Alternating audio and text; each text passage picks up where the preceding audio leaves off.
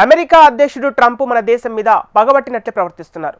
Russia నుంచి చెమురు కొనుగోలు చేయటం ఆపాలంటూ తెచ్చిన ఒత్తిడికి భారత్ తలగొకపోవడంతో సుంకాల భారాన్ని మరింతగా మోపేందుకు ప్రయత్నిస్తున్నారు. కాగా తాజాగా ఔషధ దిగుమతులపై విధించిన 100% సుంకాలతో భారత్కు ఇబ్బందేమీ ఉండదంటోంది ఫార్మా రంగం. ఈ సుంకాలు పేటెంట్ బ్రాండెడ్ ఉత్పత్తులకే తప్ప జెనరిక్ ఔషధాలు కాదంటున్నారు. మరోవైపు సుంకాల విషయంలో ప్రధాని మోదీ రష్యా అధ్యక్షుడు పుతిన్ ఫోన్లో మాట్లాడినట్లు నాటో చీఫ్ మార్కో రూట్ చేసిన వ్యాఖ్యలను భారత్ ఖండించింది. భారత్ దిగుమతులపై ఇప్పటికే 50% మేర సుంకాల భారాన్ని మోపిన అమెరికా తాజాగా బ్రాండెడ్ పేటెంట్ ఔషధ దిగుమతులపై 100% సుంకాలు విధిస్తూ తీసుకున్న నిర్ణయం చర్చనీయాంశంగా మారింది. అక్టోబర్ 1వ తేదీ నుంచే ఇది అమల్లోకి రానుందని అమెరికా అధ్యక్షుడు డొనాల్డ్ ట్రంప్ చేసిన ప్రకటన భారత్ ఫార్మా రంగాన్ని ఆందోళనకు గురిచేస్తోంది. అయితే జెనరిక్ ఔషధాలను సుంకాల నుంచి మినహాయించడం కాస్త ఊరటనిస్తోంది. ప్రస్తుతానికి వదిలేసిన భవిష్యత్తులో ఎలాంటి నిర్ణయం తీసుకుంటారో అనే భయాలు కూడా ఉన్నాయి. భారత్ నుంచి అమెరికాకు ఎక్కువగా ఎగుమతి అయ్యేవి జెనరిక్ ఔషధాలే. దీంతో అమెరికా నిర్ణయంతో మన కంపెనీలపై తక్షణ ప్రభావం పడే అవకాశమేమీ ఉండకపోవచ్చని పరిశ్రమ వర్గాలు చెప్తున్నాయి. ఈ నిబంధన కేవలం పేటెంట్ బ్రాండెడ్ ఉత్పత్తులకే తప్ప జెనరిక్ ఔషధాలకు కాదని అంటున్నాయి. అయితే కాంప్లెక్స్ జెనరిక్స్, స్పెషాలిటీ డ్రగ్స్కి సుంకాలు వర్తిస్తాయా లేదా అనే విషయంలో స్పష్టత లేదు. భారత్ చౌక ధరల్లో అత్యంత నాణ్యమైన ఉత్పత్తులను అందిస్తోంది. అంతర్జాతీయంగా ఔషధాల సరఫరా వ్యవస్థకి మన దేశం మూలస్తంభంగా నిలుస్తోంది. అమెరికాకు చేరుతున్న జెనరిక్ ఔషధాల్లో 47% వాటా మన దేశానిదే. గత ఆర్థిక సంవత్సరంలో మన దేశం నుంచి $30 బిలియన్ అంటే సుమారు 2.64 లక్షల కోట్ల రూపాయల విలువైన మందులు విదేశాలకు ఎగుమతి అయ్యాయి. అందులో దాదాపు 3వ వంతు అమెరికాకే చేరాయి. భారత ఫార్మా కంపెనీల జెనరిక్ ఔషధాల సరఫరాతో 2022లో అమెరికా హెల్త్ కేర్ వ్యవస్థకు $219 బిలియన్ ఆదా అయ్యాయి. అలాగే 2013-2022 మధ్యకాలంలో 1.3 లక్షల కోట్ల డాలర్ల మేర ఆదా అయిందని పరిశ్రమ వర్గాలు తెలిపాయి.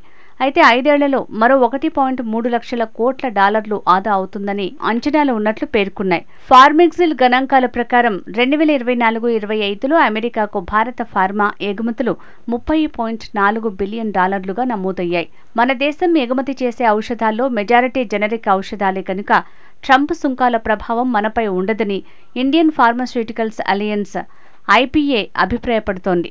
డాక్టర్ రెడ్డీస్ ల్యాబొరేటరీస్, సన్ ఫార్మా తదితర 23 దేశీ దిగ్గజాలకు IPAలో సభ్యత్వం ఉంది. వీటికి ఔషధ ఎగుమతుల్లో దాదాపు 80%, దేశీ మార్కెట్లో సుమారు 64% వాటా ఉంది. ఇప్పటికే భారత్కు చెందిన పెద్ద ఫార్మా కంపెనీలు అమెరికాలో కార్యకలాపాలు సాగిస్తున్నాయి. తయారీ ప్లాంట్లు లేదా రీప్యాకేజింగ్ యూనిట్లను నిర్వహించడంతో పాటు ఇతర సంస్థల కొనుగోలు అవకాశాలను కూడా పరిశీలిస్తున్నాయి.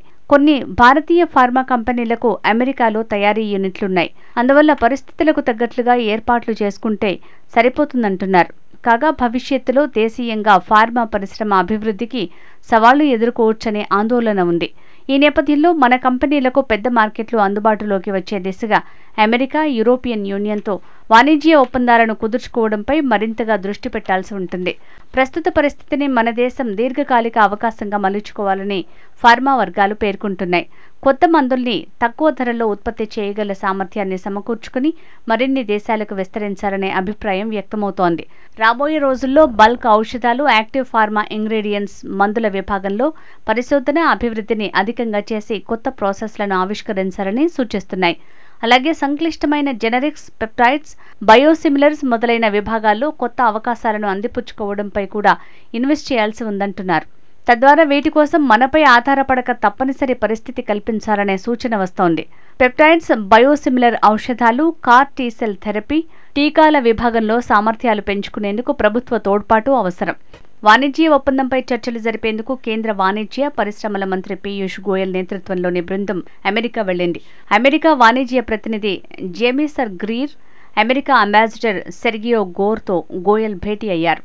జన్యుపరంగా మార్పులు చేసిన మొక్కజొన్నను భారత్లోకి దిగుమతి చేసుకునేందుకు అవరోధంగా ఉన్న ఆంక్షలను సడలించడంతో పాటు మరిన్ని రక్షణ ఉత్పత్తులను కొనుగోలు చేస్తామని అమెరికాకు పీయూష్ గోయల్ ఆఫర్ చేశారని అధికారులు వెల్లడించారు. ఇంధన దిగుమతులపై వైఖరిని భారత్ మరోసారి స్పష్టం చేసింది. జాతీయ ప్రయోజనాలను, ఆర్థిక భద్రతను దృష్టిలో ఉంచుకుని భారత్ నిర్ణయాలు తీసుకుంటోందని ఉద్ఘాటించింది. తమ పౌరులకు చౌక ధరలో చమురు అందించడమే దీని ఉద్దేశమని, వీటికి అనుగుణంగా చర్యలు తీసుకుంటామని పేర్కొంది. రష్యా నుంచి ముడి చమురు కొనుగోళ్లపై ఎటువంటి ఆంక్షలు లేవని కేంద్ర పెట్రోలియం మంత్రి హర్దీప్ సింగ్ పురి వెల్లడించారు.